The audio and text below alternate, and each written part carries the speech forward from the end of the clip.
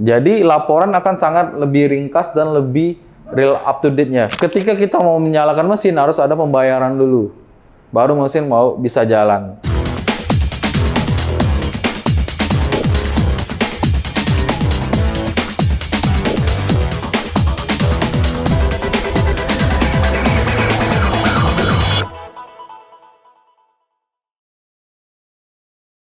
Halo Sobat Mentor Laundry, ketemu lagi bersama saya Akbar Saputra, Rektor Laundryversity, sekolah laundry pertama di Indonesia. Kali ini kita akan membahas tentang perkembangan security system pada mesin laundry. Nah, pengen tahu perkembangannya seperti apa? Ikutin terus video berikut ini. Let's go! Dalam dunia laundry atau dalam permesinan laundry itu mempunyai security systemnya. Jadi, kalau dulu awal-awal mesin laundry itu tidak ada security systemnya. Jadi ketika kita menggunakan mesin laundry, tinggal dipencet saja tombolnya. Jadi penggunaan mesin laundry masih sangat konvensional atau masih sangat manual sekali. Karena mengikuti perkembangan zaman, kebutuhan untuk security system menjadi tinggi di dunia laundry. Ketika dia baru mulai usaha laundry, biasa mereka menggunakan mesin seperti mesin cuci dan mesin pengering tanpa security systemnya. Jadi, ketika operator akan menyalakan mesin, mereka tinggal hanya menekan tombol start on off-nya saja. Jadi, ketika mereka akan menyalakan mesin cuci, tinggal dipencet, mesin langsung nyala. Ketika mereka ingin menyalakan mesin pengiring, tinggal dipencet, mesin langsung nyala. Ini akan menjadi problem ketika mesin sudah banyak. Ketika owner atau si manajer mau melakukan rekap lot pencucian, itu hanya berdasarkan nota, tidak bisa menghitung dari penggunaan mesinnya. Nah, di sini akan terjadi fraud atau ada potensi kecurangan pada karyawan kalau tidak ada penjagaan atau monitoring secara berkala. Kenapa? Ketika misalnya masuk lot misalnya 200 kilo ya. Mesin cuci ada, kita pakai misalkan pakai 4 stack. Nah, kita pakai 4 stack nih mesin cucinya dan mesin pengeringnya. Ketika dia tidak menggunakan security system, dia tidak akan bisa membaca ini sudah mengerjakan 200 kilo. Kalau misalnya kita mempunyai banyak cabang, ada 10 cabang, misalnya ada cabang A1. Di cabang A, masuk 200 kilo. Kita jarang controlling. Ini bisa operatornya bisa ngomong hanya masuk 100 kilo. Karena tidak ada controllingnya atau tidak ada monitoringnya dari mesin. Ini akan menjadi fraud. Jadi kita akan kehilangan 100 kilonya lagi. Kalau kita tidak menerapkan manajerial pada laundry kita yang sudah banyak cabangnya. Mengikuti perkembangan zaman atau kebutuhan dari business owner laundry, dibentuklah atau dibuat sistem dengan sistem laundry coin. Jadi setiap mesin ini dipasang koinnya nih, box koin. Atau dari pabrikan sudah dipasang koinnya.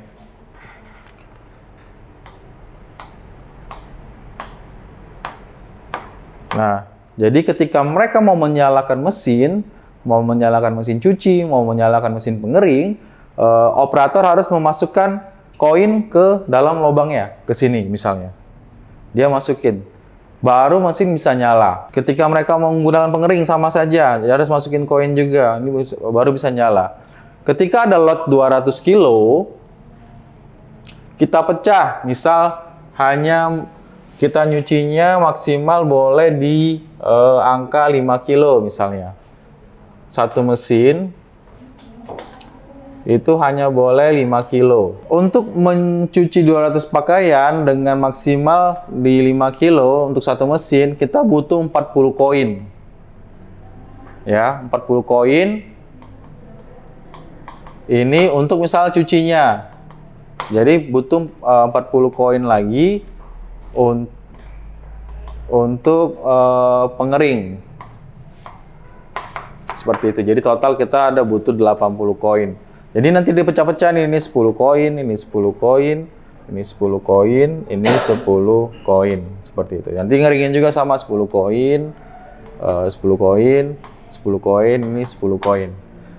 Ketika kita mau nutup toko atau mau membuat laporan, kita buka kunci locker dari box koin ya. Ada berapa banyak koin yang masuk dalam mesin. Jadi kita tinggal compare aja nih. Lot yang masuk 200 kilo, koinnya ada berapa banyak. Jadi bisa ketahuan nih mesinnya berjalan balance atau tidak dengan jumlah lot yang dijalankan. Tapi ada minusnya juga untuk laundry koin ini. Minusnya apa? Ketika kita punya cabang, lebih banyak lagi, misal kita punya cabang 10 atau 20 cabang.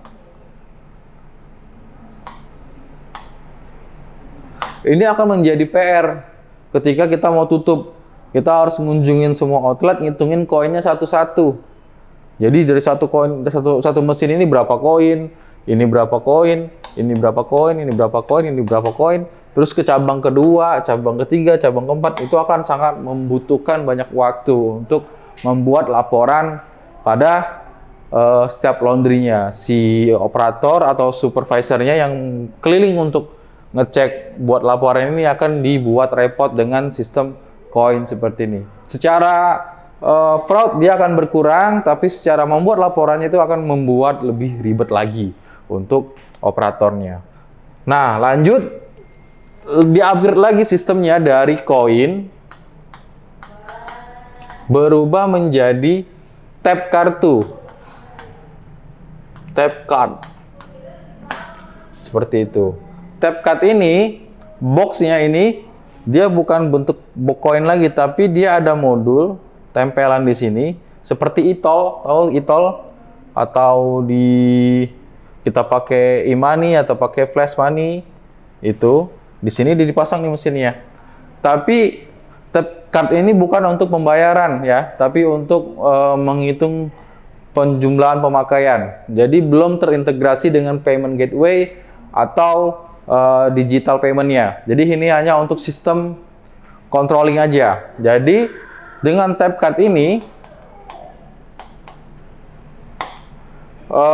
mesin akan terkoneksi dengan aplikasi.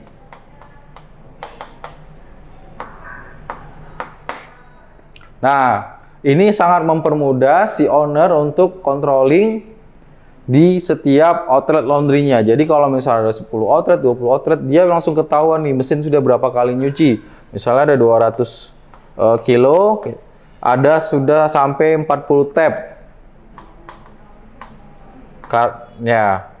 Jadi kita tidak butuh operator atau supervisor yang keliling ke setiap outlet untuk mau controlling ngecek koinnya. Ini jadi hanya lihat dari aplikasi sudah berapa kali mesin ini berjalan di setiap laporannya. Jadi ini sangat mempermudah setiap kita membuat laporan untuk laundry-nya seperti itu. Jadi perkembangannya mulai dari mesin biasa saja, terus ditambah box koin, terus kita tambah lagi pakai tap card.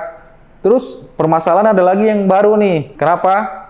Karena sekarang pembayaran cashless atau orang maunya self service sekarang sudah mulai banyak dipakai. Pembayaran kita cashless dengan cara di barcode atau di scan seperti itu. Nah, itu penggunaannya dari tap card kita lompat ke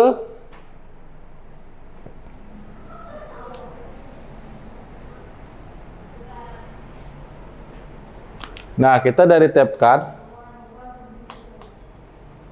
lompat ke IoT. Seperti itu. Jadi ini upgrade-nya dari tap card ke IoT itu seperti ini.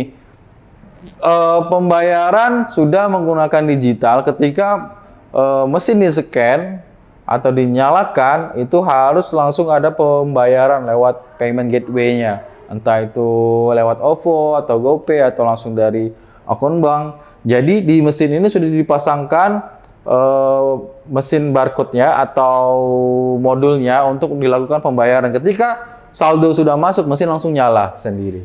Seperti itu. Jadi dengan sistem IoT sekarang yang terbaru, IoT seperti ini membuat kita tidak perlu untuk store uang lagi ke owner atau apa. Jadi karena pembayaran sudah cashless. Jadi pembayaran sudah cashless.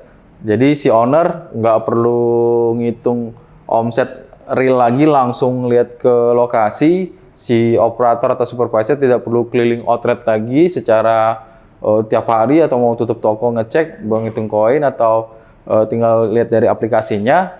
Jadi laporan akan sangat lebih ringkas dan lebih real up to date-nya. Ketika tutup toko, cash-nya sudah masuk langsung ke balance account dan jumlah load langsung real. Dan plusnya lagi, pembayaran di awal.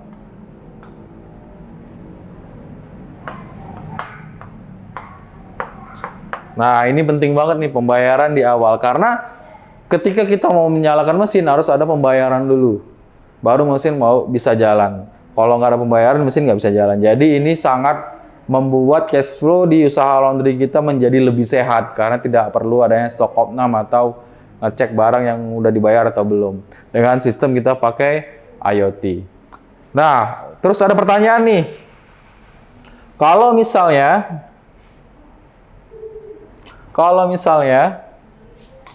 customer bawa uang tunai saja, dia nggak bisa bayar pakai cashless atau barcode atau scan.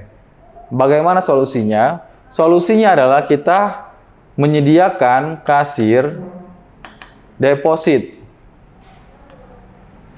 Nah, si kasir pegang deposit. Jadi kita siapkan si kasir ini deposit berupa saldo.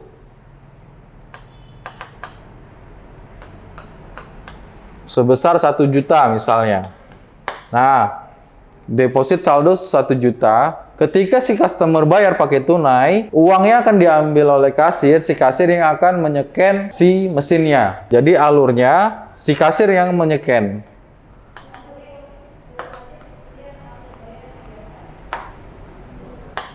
Jadi si kasir menyeken mesinnya. Jadi uang cashnya nanti disimpan sama kasirnya. Ketika cashnya sudah berjumlah 1 juta dan saldonya 0, sudah waktunya si kasir untuk disetorkan lagi dalam bentuk saldo balance seperti ini. Jadi kita tidak menolak orang yang mau bayar cash karena si kasir kita sudah sediakan deposit untuk melakukan pembayaran ke mesinnya. Jadi itu solusi ketika banyak orang misalnya belum bisa beradaptasi menggunakan cashless. Laundry tetap bisa menerima orderan dengan cara kita menyiapkan deposit di kasir. Jadi kalau kita bisa ambil kesimpulannya, perkembangannya adalah mesin, manual, lanjut ke koin,